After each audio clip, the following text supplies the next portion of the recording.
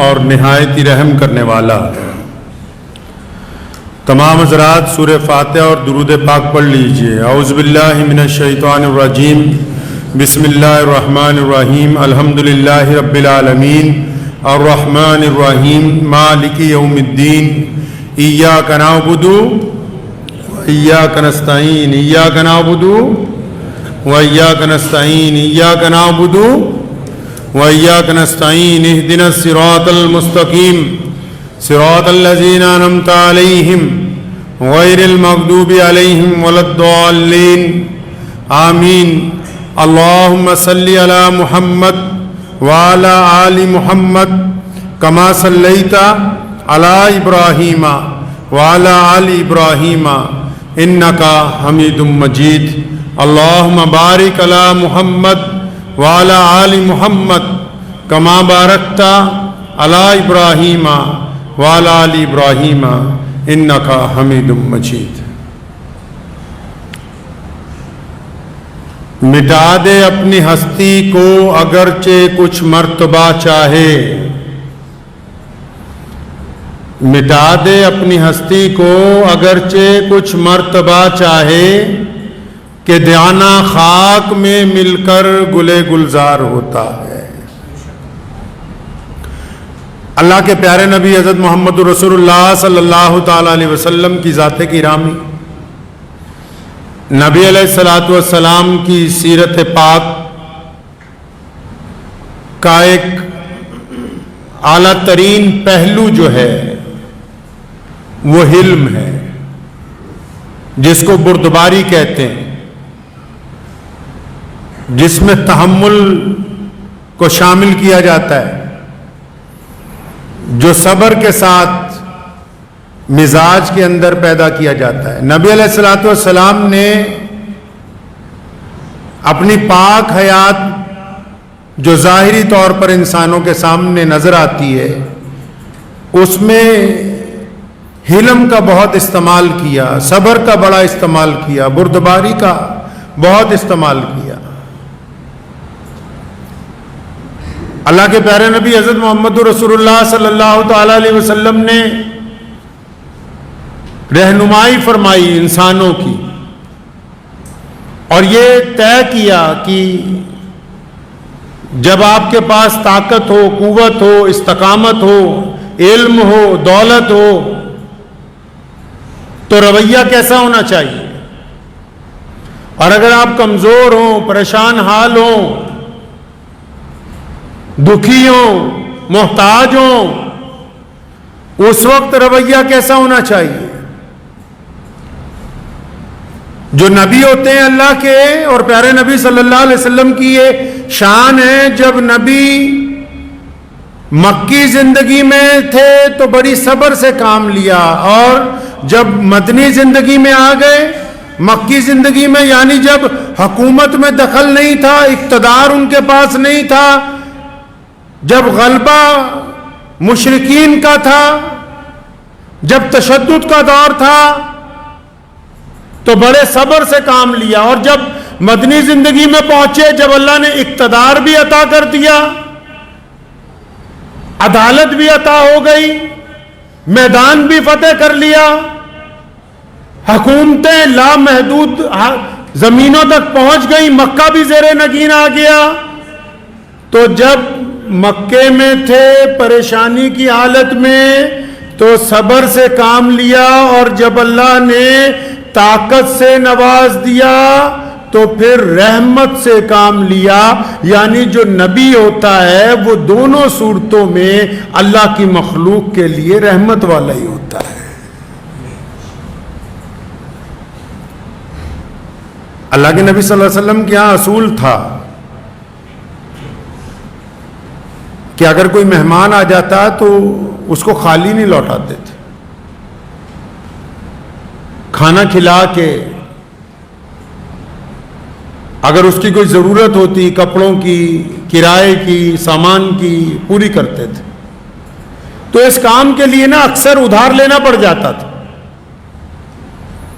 سیدنا بلال رضی اللہ تعالیٰ عنہ حضور صلی اللہ علیہ وسلم کے سیکٹری ہیں، پیارے نبی صلی اللہ علیہ وسلم کے پرسنل اسسٹنٹ کہیے. تو ان کی ڈیوٹی تھی کہ جب کوئی مہمان آ جائے تو سامان لانا ہے, اور یہ پوچھنے نہیں جانا کہ نبی علیہ الصلوۃ والسلام سے کہاں سے لاؤں, کس دکان سے لاؤں. نہیں, بس مہمان آ گئے, جاؤ بازار, اب ادھار چاہیے تو ادھار لے آؤ, لیکن مہمان بھوکا نہیں رہنا چاہیے.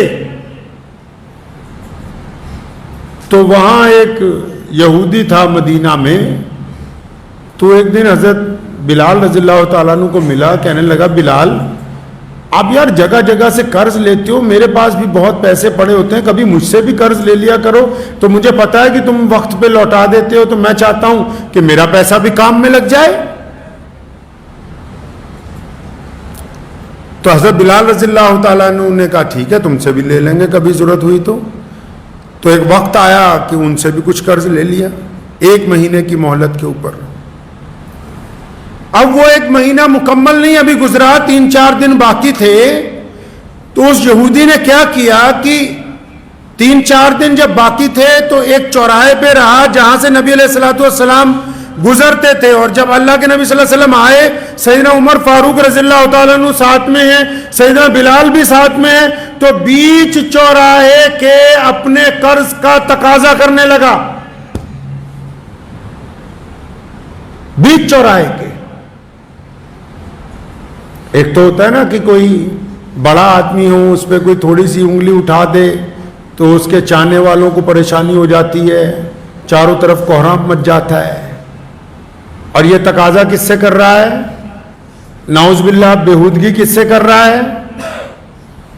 نازیبا الفاظ کن کے سامنے بول رہا ہے؟ جو اللہ کے بعد کائنات میں صرف وہی ہیں. خدا کے بعد زمین پر پوری کائنات میں اگر کوئی اللہ کا سب سے محبوب بندہ ہے, کوئی اللہ تبارک و تعالیٰ کا نائب اگر کسی کو کہہ سکتے ہیں, اللہ نے جن کے سر پہ ختم نبوت کا تاج رکھا ہے, جو رسولوں میں بھی سب سے اعلیٰ, جو انبیاء میں بھی سب سے اعلیٰ,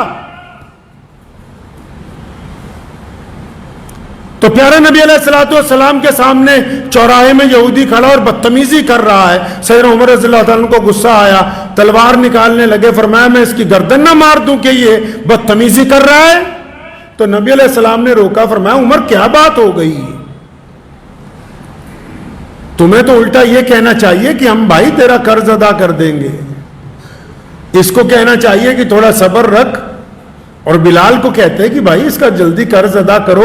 سیدنا بلال رضی اللہ تعالیٰ عنہ پاس میں موجود تھے, پوچھا کب تک کی مہلت ہے؟ فرمایا یا رسول اللہ ابھی تو 3-4 دن باقی ہیں, یہ زیادتی کر رہا ہے. فرمایا کوئی بات نہیں, اس سے قرض لیا ہے نا, اس کو واپس کریں گے. اب کیونکہ اس نے تقاضا کیا اور اس نے ایسی بری بات کہی, کہنے والا خود کہتا ہے جتنی بری میں کہہ سکتا تھا اتنی میں نے کہہ دی, اس سے آگے کہتا میری ہمت نہیں تھی, جتنی بری کہہ سکتا تھا میں نے کہہ دی.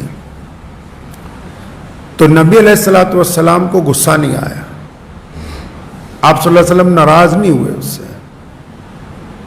آپ صلی اللہ علیہ وسلم نے سیدنا عمر فاروق رضی اللہ تعالیٰ عنہ کی ڈیوٹی لگائی کہ اچھا تو ناراض ہو رہا ہے, اس سے اب تیری ذمہ داری ہے, فوراً اس کو لے جا, اس کے قرض کا ادا کر دو اور اس کو کچھ فالتو بھی دینا. تو سیدنا عمر رضی اللہ تعالیٰ عنہ اس کو لے گئے, اس کو جا کے اس کے قرض کے مطابق کھجوریں بھی دے دیں اور کچھ فالتو بھی دیں. حضرت عمر رضی اللہ عنہ پوچھا یا رسول اللہ فالتو کیوں؟ فرمایا تم نے اس کو ڈانٹا ہے نا, اس کو ڈانٹا نہیں. اب عمر رضی اللہ تعالیٰ عنہ جلالی طبیعت کے شخص تھے, قرض تو دے دیا, فالتو کھجوریں بھی دے دیں, لیکن چہرے پہ ناراضگی کے آثار تھے کیونکہ اس بندے نے ناحق بات کہی تھی. تو جب سب کچھ دے دیا تو اس بندے نے کہا کہ عمر تم مجھے پہچانتے ہو؟ فرمایا میں نے تجھے پہچاننے سے کیا لینا ہے, تیرا حساب ہو گیا, چل نکل اب یہاں سے, ہم نے تجھے پہچان کے کیا کرنا ہے. تو فرمایا وہ کہنے لگا نہیں تم مجھے پہچانتے نہیں. حضرت عمر نے کہا میں نہیں تجھے پہچانتا اور نہ ہی پہچاننے کی ضرورت ہے, تجھے تیرا قرض کا مال دے دیا, اب چلا جا یہاں سے. کہنے لگا نہیں مجھے دیکھو, میں یہودیوں میں سے توریت کا سب سے بڑا عالم ہوں, میں ابن ڈسنا ہوں, مجھ سے بڑا کوئی توریت کا عالم نہیں ہے. اور میں رسول حق کی تلاش میں تھا، ساری نشانیاں دیکھ لی، ایک نشانی باقی تھی، رونے لگا، کہتا کیونکہ توریت میں لکھا تھا کہ نبی اتنے حلم والے ہوں گے، اتنی صبر والے ہوں گے کہ اگر سامنے سے کوئی بدتمیزی بھی کرے گا تو وہ اس کی جواب اس کے انداز سے نہیں دیں گے۔ کہتا بس وہ والی بات چیک کرنے کے لیے یہ چوراہے والا میں نے قصہ گھڑا ہے، اب تو مجھے لے چل محمد رسول اللہ کے قدموں میں تاکہ میں رسول اللہ صلی اللہ علیہ وسلم کی غلامی کو اختیار کر لوں۔ بہت سارے لوگ بڑا بننا چاہتے ہیں، سب کی خواہش ہے، اور ماشاءاللہ جب سے 10-15 سال سے سوشل میڈیا شروع ہوا، یہ خواہش نے تو سمجھیے ساری حدود ہی توڑ دی۔ کوئی چوراہوں میں اپنی تصویر لگا کے، کوئی واٹس ایپ پہ اپنی تصویر لگا کے، کوئی کسی کو 10 کلو آٹے کی تھیلی پکڑا کے، کوئی کسی غریب لڑکی کی شادی کروا کے سوچتا ہے کہ میں بڑا بن جاؤں۔ بڑا بننے کے لیے نبی علیہ الصلوۃ والسلام نے جو طریقے بتائے ہیں اس میں حلم کا ہونا سب سے زیادہ ضروری، بردباری کا ہونا، سمجھداری کا ہونا۔ بدتمیزی کی جواب میں اگر بدتمیزی کی تو پھر کیا بات ہے، گالی کی جواب میں اگر گالی دے رہے ہیں تو کوئی کمال نہیں کر رہے آپ۔ اگر اپنوں کی بے عزتی کر کے آپ سوچتے ہیں کہ ہم 2 قدم آگے چلے جائیں گے تو یہ آپ سب سے بڑے بیوقوف ہیں۔ آپ کسی کو تانا دے کے 4 لوگوں میں کسی کی بے عزتی کر کے سمجھتے ہیں کہ نہیں بس میری بڑی عزت ہو رہی، عزت نہیں ہو رہی۔ اللہ تعالیٰ نے تو کہا قرآن پاک میں بڑے صاف لفظوں میں، ان اللہ مع الصابرین، کہ بے شک اللہ تعالیٰ صبر کرنے والوں کے ساتھ ہے۔ صبر کون کرتے ہیں بھائی؟ صبر وہ کہ جن کی زبان پہ پھر کوئی بات آتی نہیں ہے، اللہ ساتھ ان کے ہیں۔ متعدد مفسرین نے اس آیت کی تفسیر کے اندر جا کے لکھا ہے کہ اس کے مکمل صبر کی بات یہ ہے کہ جو بندہ سامنے والے کی تانا زنی پر، سامنے والے کے جھوٹے الزامات پر، سامنے والے کے تشدد پر چپ ہو جائے، بالکل صبر کر لے، پھر اللہ کہتے ہیں کہ اب میں تیرے ساتھ ہوں، تیری طرف سے اب میں بدلہ لوں گا اس سے۔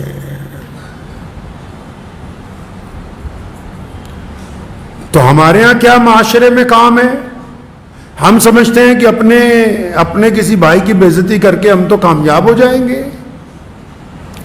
اکثر ایک مقولہ بہت مشہور ہو گیا ہمارے ہاں، بہت سارے لوگ ہر ایک معاشرے میں، یہ صرف میں مسلمانوں کی بات نہیں کر رہا، ہر ایک معاشرے میں ایسے 2-4 لوگ آپ کو مل جائیں گے جو ایک ڈائیلاگ ماریں گے۔ کیا ماریں گے جی؟ ہم تو منہ پہ کہہ دیتے ہیں، میں تو جو کچھ کہنا اگلے دے منہ تو ہی کہہ دینا۔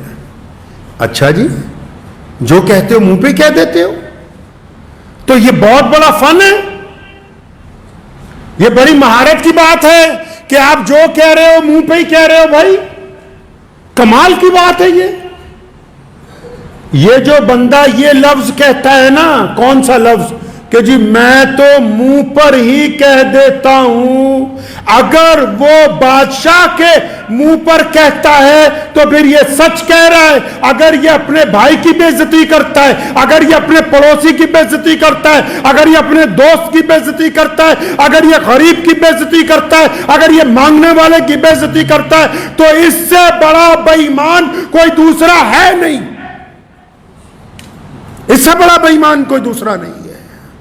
کیا منہ پہ کہہ دیتا ہے بھائی؟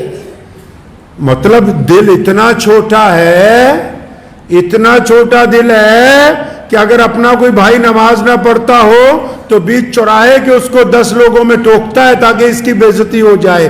دل اتنا چھوٹا ہے کہ اپنے اگر کسی بھائی بہن کا عیب پتہ ہو تو 50 لوگوں میں بیٹھ کے اس کی کھلی اڑاتا ہے۔